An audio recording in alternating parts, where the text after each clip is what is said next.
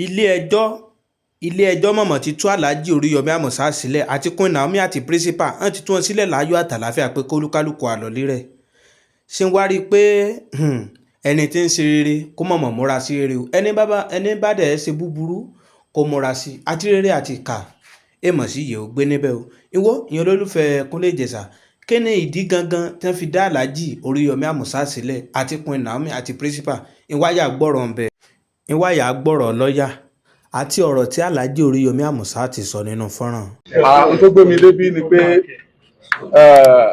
àjọ kan wọ́n fẹ́ ṣe ètò àánú fún àwọn ọmọ kéékèèké, wọ́n dẹ̀ wá polówó lọ́dọ̀ mi, ṣùgbọ́n torí pé ó jẹ́ pé tó ọmọ kékeré ni mo fi gbogbo ara sí.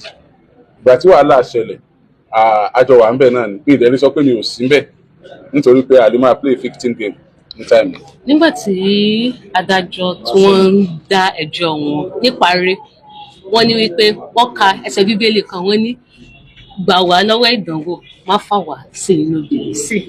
Ẹ̀kọ́ wo ni eléyìí kọ́ wa, àti wípé ìgbìyànjú wo, ọ̀rọ̀ wo lẹ ní fún àwọn èèyàn níta tó jẹ́ wípé nǹkan tó ṣẹlẹ̀ yìí ó ti dá ìrẹ̀wẹ̀sì wọn lọ́kàn láti wípé lẹ́ka àti oníṣòro eléyìí mọ́? Adájọ́ rí i pé àdúrà yẹn a máa ń gbà ní, ṣùgbọ́n àkókò mọ̀ náà pé bìrìsì ti dé àti pé ìdánwò sí ni.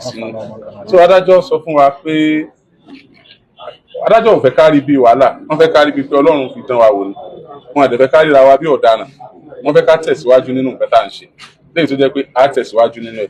Ẹ̀kọ́ tó yẹ ká kọ́ ń bẹ̀ àti kọ́. Àwọn ẹ̀kọ́ wo lẹ wá kọ́? Ẹ̀kọ́ tí mo kọ́ àkọ́kọ́ ni pé bí mo ṣe máa ń ṣe nǹkan mi tẹ́lẹ̀ tí mi ò kì í dà pọ̀ mọ́ téèyàn, kí n padà bẹ́ẹ̀ kí n lọ máa ṣe láì dà pọ̀ mọ́ téèyàn. Tí mo bá dẹ̀ fẹ́ polówó orú nǹkan bẹ́ẹ̀ lọ́dọ̀ mi, tá bá ti polówó kí n gbowó polówó mi kí n sì juwọ́ sí wọn pé láyọ̀ là á pàdé o. Ẹ̀kọ́ tí mo kọ́ nìyẹn. Lórí ìjọba tí ń gba àlejò àwọn kan wọlé tó mọ̀ ṣe láti lè kó ètò ìṣẹ̀lẹ̀. Kò sí ètò tuntun kankan tí mo fẹ́ ṣe nítorí pé mo ti gba àlejò tó pọ̀ ju àlejò tó di wàhálà yẹn lọ rí.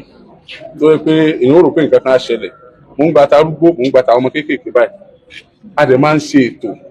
Àwọn tí a jọ ń ṣiṣẹ́ á ti ṣètò àlàáfíà, á ti ṣètò ààbò, ètò rọrùn fún wọn ṣáájú àkókò yìí. Ìní ò jẹ́ kẹ́ ẹ rí pé irú ẹ̀ ṣẹlẹ̀ rí lágídígbò lọ́jọ́ tá a ti ń ṣe. So ni mo fi sọ wípé ní tiwa o, gbogbo tó yẹ ká ṣe la máa ń ṣe ṣáájú àkókò yìí. Ṣùgbọ́n torí pé wọ́n gbé tòun yẹn wà ní tàdé nígbàgbọ́ pé wọ́n á ti ṣe báwa náà ṣe máa ń ṣe, òun ló fa ohun tó ṣẹlẹ̀ yẹn. Àwọn tó dẹ̀ gbé tó wà náà wọ́n mọ̀ pé rò máa ń pọ̀ tó yẹn, àwa mọ̀ pé rò máa ń pọ̀, a dẹ̀ ní ètò tá a máa ń ṣe, ṣùgbọ́n kò ń ṣètò wa. So nǹkan tá a ṣe ni pé bá a ṣe ń ṣe tẹ́lẹ̀ lọ́dọ̀ tiwa tí ẹ fi gbọ́ rí pé èèyàn kan kú àbí èèyàn kan farapa wọ́n ṣe máa ń pọ̀ tó, òun náà láti tẹ̀síwájú tá a máa ṣe. Ẹ̀ka wo lè wá fẹ́ káwọn tó fẹ́ ṣe nǹkan tó ṣẹlẹ̀ sí yìí tẹ́fẹ̀ẹ́ kó ṣẹlẹ̀ fáwọn tó ní lọ́kàn láti ṣèrànlọ́wọ́ fáwọn èèyàn, káwọn lè fẹ́ kán kọ́? Àwọn tí wọ́n ní lọ́kàn láti ṣèrànlọ́wọ́ fáwọn èèyàn, alákọ̀ọ́kọ́ ni pé èmi o, Oriyomi Hamzat, mò ń ṣe àdéhùn pé mi ì tí ì ṣe nǹkan kan. Nǹkan tí mò ń ṣe yẹn tí ó di wàhálà yìí pé Oriyomi ò ní ṣàánú àwọn ọmọ kéékèèké mọ́, kò ní ṣàánú àgbàlagbà mọ́, kò ní ṣe mọ́. Níwọ̀n ìgbà tó jẹ́ pé Oriyomi náà mo sì ń jẹ́, ní tí mò ń ṣe tẹ́lẹ̀ yẹn náà ni màá máa ṣe, màá tún tẹ̀síwájú nínú ẹ̀ láti máa ṣe ni. Nítorí pé àwọn aráàlú fi yé mi pé àwọn nífẹ̀ẹ́ tí mò ń ṣe gbogbo ń tẹ́ ẹ ṣe nígbà tí ọ̀rọ̀ ìṣẹ̀lẹ̀, ó ń sọ fún mi pé mi ì tí ì ṣe nǹkan kan kí n tún tẹ̀síwájú ni. Ẹni tó bá fẹ́ ṣerú ẹ̀, ẹ dákun, ẹ jẹ́ á máa sọ̀jọba lẹ́nu tá a bá fẹ́ ṣe, òjò bá ń lọ, ẹ jẹ́ á máa sọ̀jọba lẹ́nu. Bó láti sọ̀jọba lẹ́nu pé ẹ jẹ́ ìjọba ó gbọ́, ẹ jẹ́ ìjọba ó mọ̀, ẹ ṣe gbogbo ètò ó fi jẹ́ pé tí nǹkan tó àrùn bá tiẹ̀ ṣẹlẹ̀ gan, ìjọba ò ní sọ pé àwọn ò mọ̀ sí. This is the first time I will take another person's program on my head, and it will look like I'm one of the organizers. After this one, I will go back to my usual things. My usual thing, which is that I will organize my program. And if it is not my program, I want to advertise your program, I will do the advertisement, and I will take my hands off it. What about planning appropriately to avoid the last disasters? Because the planning does not concern me, I am not part of the planners. That is why I said I will go back. You know, normally we have never seen any casualty in what I used to do personally in my radio stations, in my NGOs. So it's because somebody brought the program to me, because it's a children program. You know, I quickly fall in love for everything that has to do with the children. So I felt in love. I put my body there, everything, my resources, thinking that the organizer of the program has the plan like I used to do for my own program. But it led me here. That means anytime I will go back to my own style of doing my program myself, planning it myself. That is it. You know me now. You know how I used to organize children carnival for the children in Agidigbo. How there used to be many and no casualty. I've never recorded one. So you all know what led me here anyway. Your message to people like this who wish to do good, but being scared of probably My message is that you are being scared because I find myself here because I'm doing good, but I'm going back there. That means you should not run away. You should be doing it, because if you are running away because I am experiencing this, you may be thinking that okay, because of what Oriyomi has experienced, I will not do it. But this same Oriyomi is going back there. He's doing it again. That means you don't need to run away. All what you need to do is just to do the needful. Like, we want to host 5,000 children. We must prepare for minimum of 50,000, because the parents will come, the friend of the parents will come, the elder brother will come. If you multiply them, it will be more than the number you are expecting. So planning is the key. Thank you. We've been able to settle the matter out of court, and everything has come to the end. Everything has been buried. The case has been fully settled. Compensation to the affected victims? Well, I will not call it compensation. There is no way, nobody can compensate life. And it's not that we are an acceptance of guilty. But what happened is something that we are all concerned with, the death of those young children. And we are looking for a way to close it so that while you are, the day-to-day trial will not continue to give the families, the parents, the kind of sadness that they will be thinking about it. So asking them to, offering them a kind of little assistance, I will not call it compensation. We cannot compensate for life. Offering them a kind of little assistance is not out of place. Okay. Yes.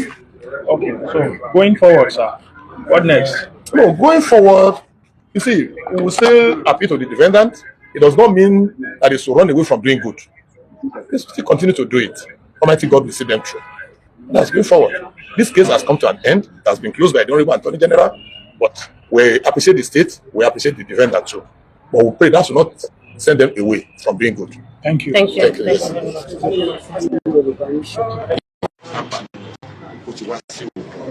Nítorí pé àti àwa àti state ìyànjú àti ṣèlú òtítọ́ láàrin ara wa.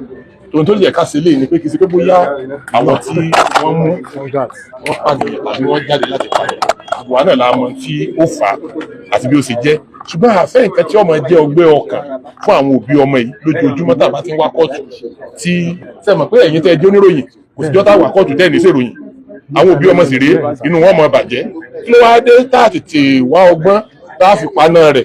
Ìyẹn ló jẹ́ ká wá ọgbọ́n ká paná rẹ̀. Ìyẹn la ronú sí àti paná rẹ̀. Ọlọ́run sì bá wa paná rẹ̀. So àṣírí lágbára lọ́wọ́ Ọlọ́run jẹ́ ká rí ẹ̀mọ́ ní state àti orílẹ̀-èdè wa. Men of goodwill will be running away from Oyo State. They wouldn't want a situation where they are going to be in the same program. I won't go to Oyo State. If anything happens now, they will say you did it deliberately.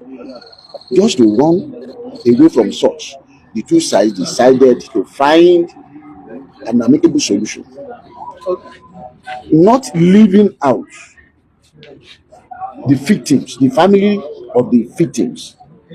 They were brought into the picture, they were appealed to, and they were made to understand that this is a thing that happened as a result of accidents which could happen anytime.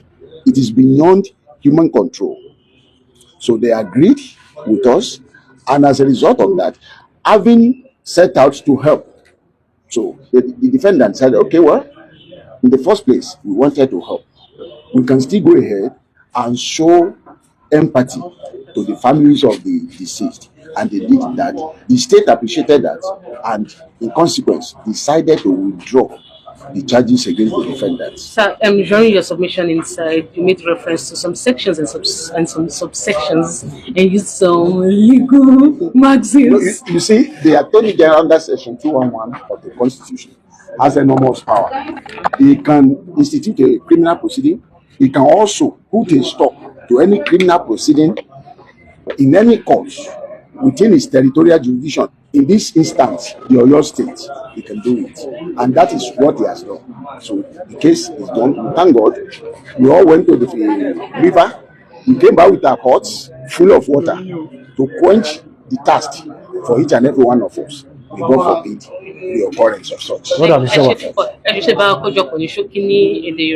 Ní nǹkan tó ṣẹlẹ̀ ni wípé ní ọjọ́ kejìdínlógún oṣù kejìlá ọdún tó kọjá ìṣẹ̀lẹ̀ ńlá kan ṣẹlẹ̀ èyí tí ó mú ẹ̀mí àwọn ọmọ kéékèèké kan lọ ṣùgbọ́n àwọn tó fẹ́ ṣe ìrànlọ́wọ́ fáwọn aláìní àwọn ni wọ́n gbé ìjókòó yẹn kalẹ̀ àwọn ni ìjọba wa kó wípé àwọn ló fa ikú àwọn ọmọ kéékèèké tó kú yẹn ní ìdí èyí wọ́n gbé ẹjọ́ yẹn wá sí ilé ẹjọ́ ṣùgbọ́n nígbà tí àjọsọ́tún jọ̀sọ́sì igun méjèèjì wá foríkorí wọ́n dẹ̀ fi orí kòkò sọdún wọ́n wá ní òkè ẹ jẹ́ ká ṣe báyìí àwọn téèyàn wọn kú ẹ jẹ́ ká bá wọn sọ̀rọ̀ ká sì pẹ̀tù sí wọn lọ́kàn kí wọ́n rí bí àmúwá Ọlọ́run àwa dúró àwọn tí wọ́n ń dé ẹjọ́ àwọn olùjẹ́jọ́ wọn àwa dúró lórí ìyẹn nìkan wọ́n wá nawọ́ àánú sí àwọn èèyàn àánú tí wọ́n nawọ́ yẹn ó nípa ní ọkàn ìjọba tíjọba náà fi ní òní ogúnjọ́ oṣù kẹta ìpè kí ẹjọ́ ìkó lọ sókè. Right now, Okay. That was an unfortunate incident in December. ilé-ẹjọ́ ti tú Alhaji Oriyomi Hamzat àti Queen Naomi àti principal sílẹ̀ láyọ̀ pé kán lọ lé wọn láyọ̀ àtàlàáfíà. Ẹjọ́ ọ̀hún ti parí bẹ́ẹ̀. A dúpẹ́ lọ́wọ́ gbogbo èèyàn lólùfẹ́ Kúnlé Jẹ̀sà gbogbo èèyàn ọmọ Nàìjíríà bí ṣe sọ̀pọ́tì Alhaji Oriyomi Hamzat. Ìwáyà gbọ́ fọ́nrán bó ṣe lọ.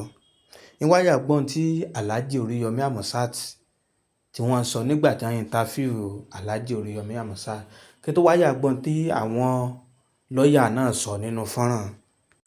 That led to the death of some Nigerians. And you see in law, whenever death occurs in circumstances considered unnatural, the law will take its course. So the state responded by filing charges against persons, implicated in the investigation. And in the course of doing that, we actually wanted to prosecute, but the affected persons showed empathy. They showed compassion. And as far as human beings can do, they tried to assuage the feelings of the affected families. And in the circumstances, we felt, well, the essence of prosecution is not to kill people or to persecute them, that it is in the interest of justice to discontinue the charge. And that was what happened in court today. So we withdrew the charge and it was struck out by the court. So what's the implication of the withdrawal, sir? There is no charge against them again, so they are free. Compensations for the affected. Okay, I can confirm to you that the affected families have been duly compensated. okay, while the judge was also ruling, he said something about the returns of their international passports that were Okay, because we filed a charge against them, a fundamental principle is that the court will guide its jurisdiction and ensure that the defendants attend their trial. So in order for them not to run away in court now, the court restricted their movement by directing that they should deposit their passports with the court. And now that the charge has been discharged, it goes without saying that the passport should be released to them. Thank you very much. Jonathan, you quoted some some part of law why you are when you are talking when I was applying. Section 101. Okay, I relied on the provision of the Administration of Criminal Justice Law of Oyo State 2016, Section 108, 109, and above all, I relied on Section 211 of the Constitution, which empowers the Attorney General to discontinue any charge in the interest of justice and abuse of bigger process. Thank That was you. what happened in court. The name for record purposes. Okay, my name is Abiodun Aikomo. I'm Honorable the Attorney General of Oyo State.